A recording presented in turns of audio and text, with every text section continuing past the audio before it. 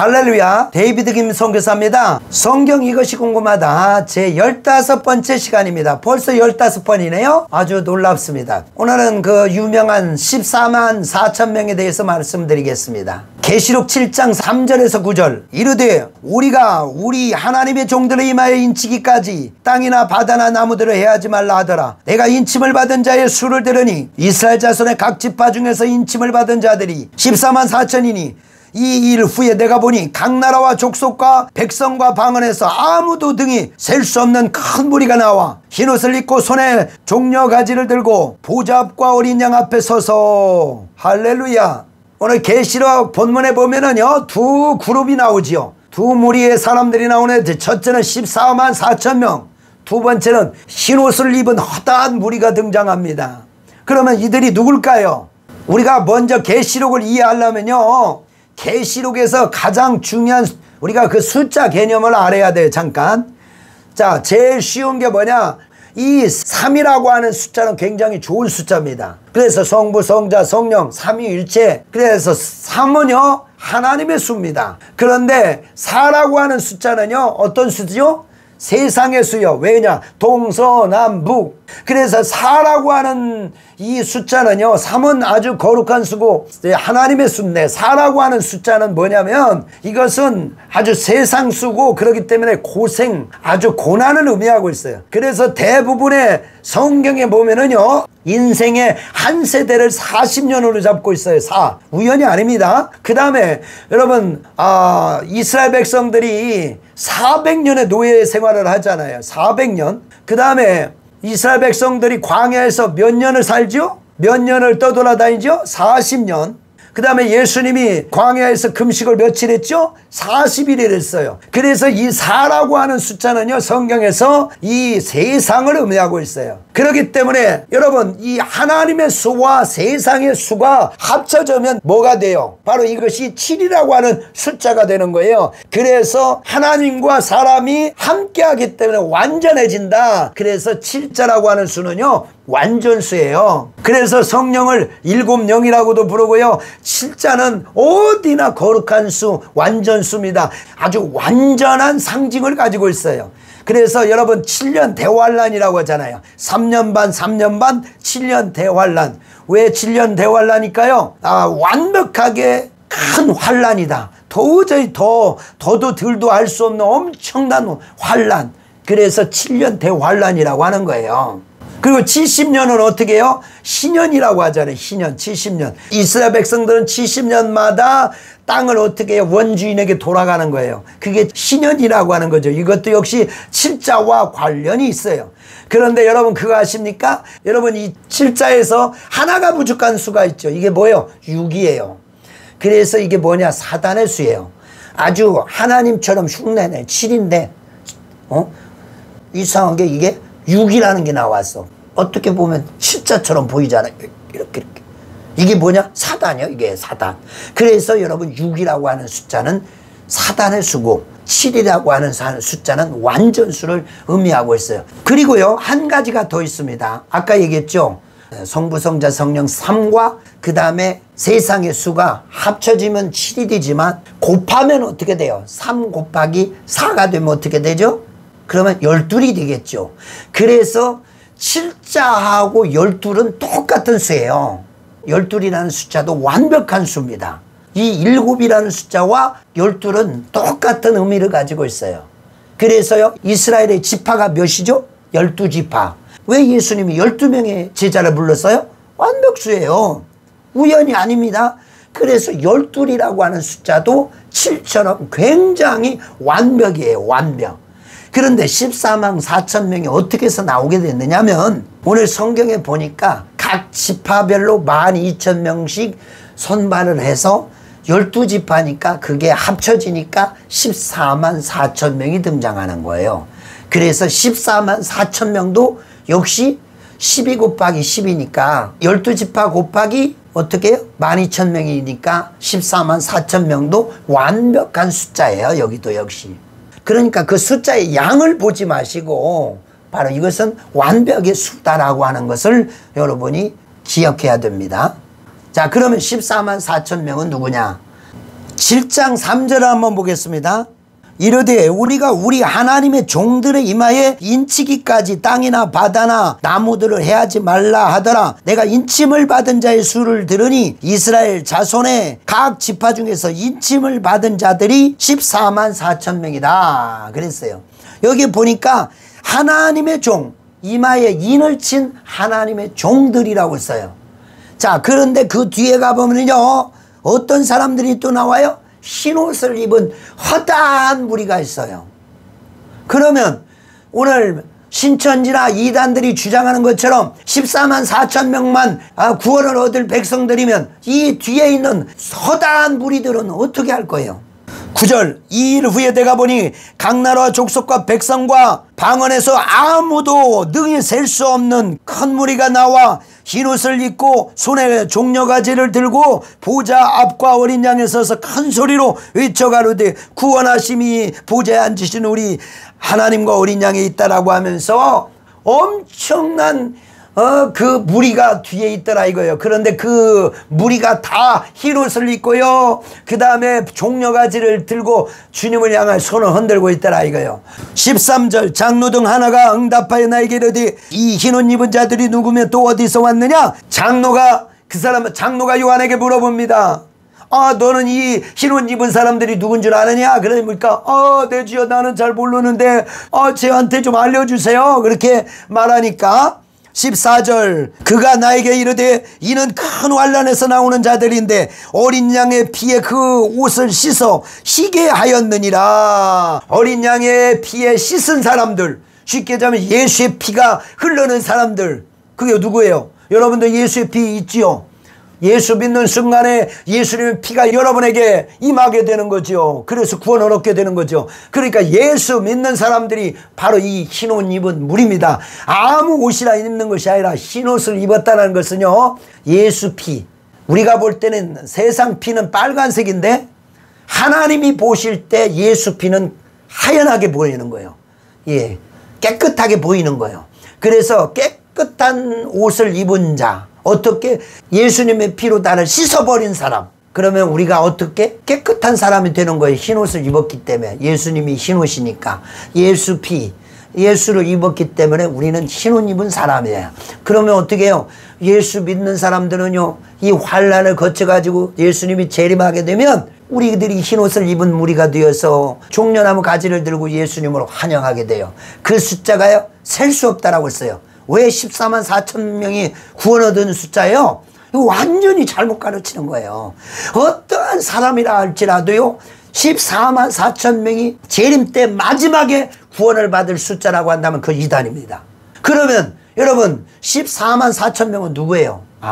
그것은요, 이 마지막 때 대환란 때에 이 적그리스도 세력과 싸울 하나님의 용사들, 그리고 이 흰옷 입은 백성들을 주님이 오실 때까지 인도할 하나님의 정예병, 하나님의 종들이라고 분명히 성경은 기록하고 있어요.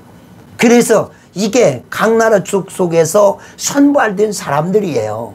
그래서 이 사람들은 누구냐? 영적으로 준비되어 있는 사람들, 하나님이 이 백성들을 살리려고 미리 준비하고 훈련시키는 사람들입니다. 마지막 때 하나님의 위대한 역사를 앞에서 주도적으로 끌고 갈 수 있는 사람들, 바로 이 사람들이 14만 4천 명이에요. 저는 그렇게 생각합니다. 이것은 목사고 장로고 집사고 권사고를 떠나서 영적으로 하나님 앞에 끼어서 마지막 환난 때 인도할 사람들, 그 사람들이 14만 4천 명인 거예요. 이 14만 4천 명이라는 숫자는 숫자를 의미하는 게 아닙니다. 그것은 뭐냐? 완연수의 완벽하게 백성을 이끌, 리드할, 마귀와 완벽하게 싸울 그 준비된 자들, 우상에 절하지 아니하는 자들, 이런 사람들, 지도자급을 얘기하고 있는 거예요.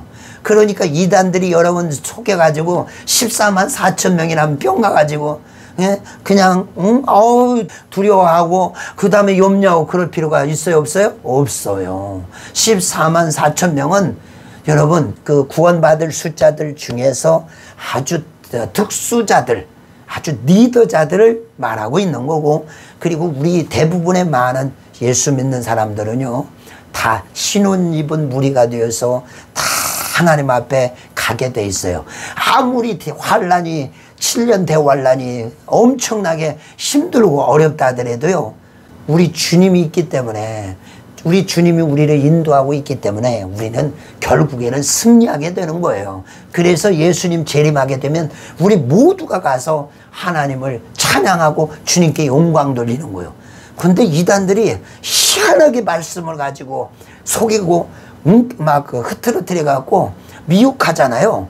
아니 멀쩡한 성경 구절에 분명히 하나님의 종들이라고 써여 있는데도 이것을 특별한 사람 숫자만, 그래서 거기는 아니고 우리만 기다.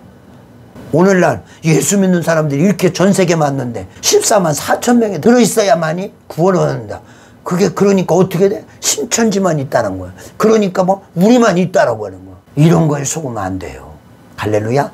그래서 정확하게 개념을 잡고 14만 4천 명은 환란 때에 그 적그리스도와 싸워서 이 승리할 지도자들을 얘기하고 있고, 나머지 백성들은 흰 옷 입은 무리다. 우리 성도들은 다 그 속에 들어가니까 염려하지 마세요.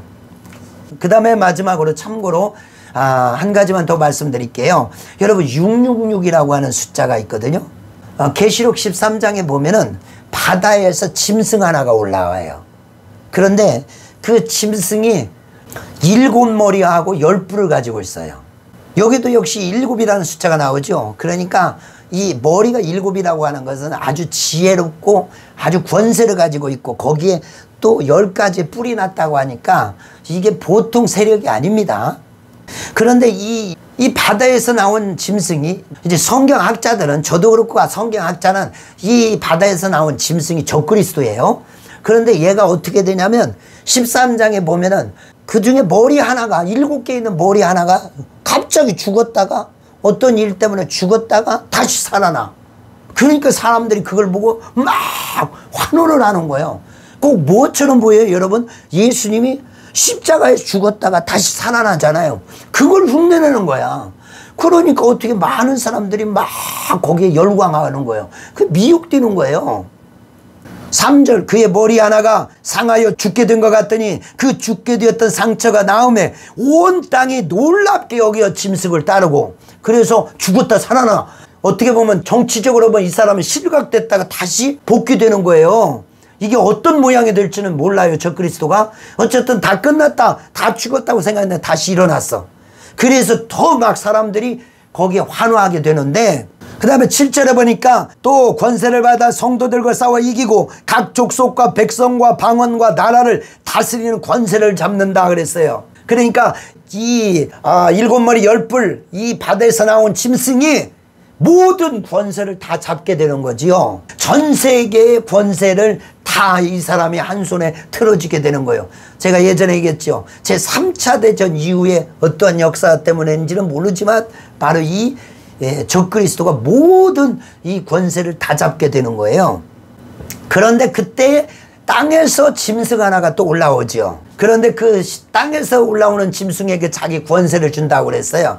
그래서 이런 사람들이 거짓 선지자라고 말하죠. 자, 그건 중요한 거 아니고요. 그런데 16절에 보니까 그가 모든 자 곧 작은 자나 큰 자나 부자나 가난한 자나 자유인이나 종들에게 그 오른손에나 이마에 표를 받게 하고, 누구든지 이 표를 가진 자 위에는 매매를 못하게 하니 이 표는 곧 짐승이라. 그 이름의 수라. 지혜가 여기 있으니 총명한 자는 그 짐승의 수를 세어보라. 그것은 사람의 수니 그의 수는 666이니라. 아까 제가 설명한 것처럼요, 바로 이 666이라고 하는 숫자가 등장하는데, 이게 6자만 있어도 사단의 수인데 6이 3개가 있다는 거죠. 그러니까 완벽한 사단의 수예요. 이거는 우리가 마지막 때에 두 가지 중에 하나의 마크를 가져야 돼요.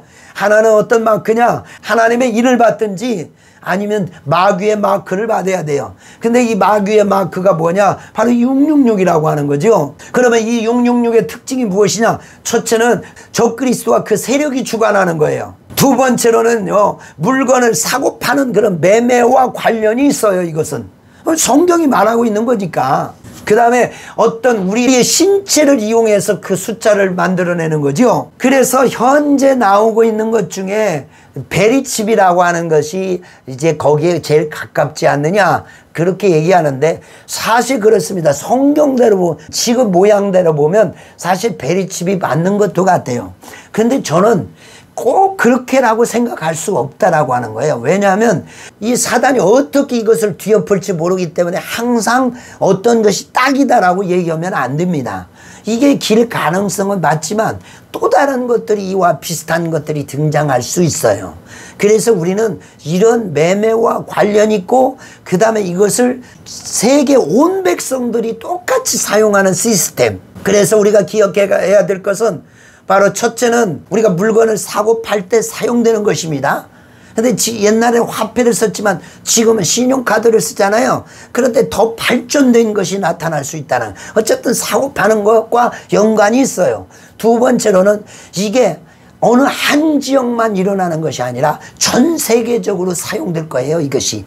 이게, 그리고 이걸 누가 주관하냐면 적그리스도가 주관을 하고 있어요. 그러니까 우리가 이게 뭐다라고 할 것이 아니라 이런 종류의 시스템이 나오면 의심을 해봐야 돼요. 그런데 어떻게 해요? 옛날에 뭐 바코드처럼 이것이다, 막 목사님들이 이것이다, 아니다, 논박할 필요가 없어요. 항상 우리는 그와 비슷한 것들이 또 나올 수도 있고 또 나올 수도 있는데, 그러면 어떻게 해요? 나중에 양치기 소년 돼서 이것입니다 라고 또 아니고 이것입니다 라고 또 얘기하면 나중에는 성도들이 헷갈려가지고 들을 수가 없는 거예요. 나중에는 알 수가 없죠. 어떤 말이 맞는 거야. 벌써 몇 번째 틀린 것 같은데. 그럼 양치기 소년 되는 거예요. 그 위에 또 요한계시록은 뭐 특별히 어려울 건 없습니다. 그냥 숫자, 이상한 숫자들이 많고 뭐 또 이상한 짐승 나오고 그 다음에 좀 상징적인 것들이 많아서 그렇지요. 그렇게 큰 어려움은 없어요. 예, 그렇게 아시고 요한계시록도 어렵게 생각하지 말고 열심히 여러분들이 많이 읽다 보면, 그리고 또 여러분 또 참고 도서도 어려울 때는 그랬잖아요. 우리가 수학 같은 문제도 잘 못 풀 때는 참고도서가 필요한 거예요. 그래서 주석도 필요한 거고 또 이런 그런 인터넷도 참조하고, 그래서 이 성경을 잘 풀 수 있도록 하시길 바라되, 잘못하면 이단들한테 속으니까 여러분 인터넷 검색 같은 건 항상 조심해서 해야 되는 거예요. 그래서 많이 어찌됐든 많이 읽고, 그래서 여러분들이 이걸 어렵다고 생각하지 말고 접근에 들어가면 나중에는 잘할 수 있어요. 자, 할렐루야. 힘내서 더 열심히 주님 앞에 충성된 종들이 되기를, 그리고 우리가 마지막 주님이 재림하실 때까지 어떤 환난과 어려움이 있어도 이길 수 있는 그런 준비가 되고, 기왕이면은요 14만 4천 명에 들어가는 어떻게 정회화된 군병, 리더자, 영적인 거장들이 돼서 여러분 정말 그 싸움에서 앞장서서 싸우는 여러분이 되기를 예수 이름으로 축원을 드립니다. 할렐루야.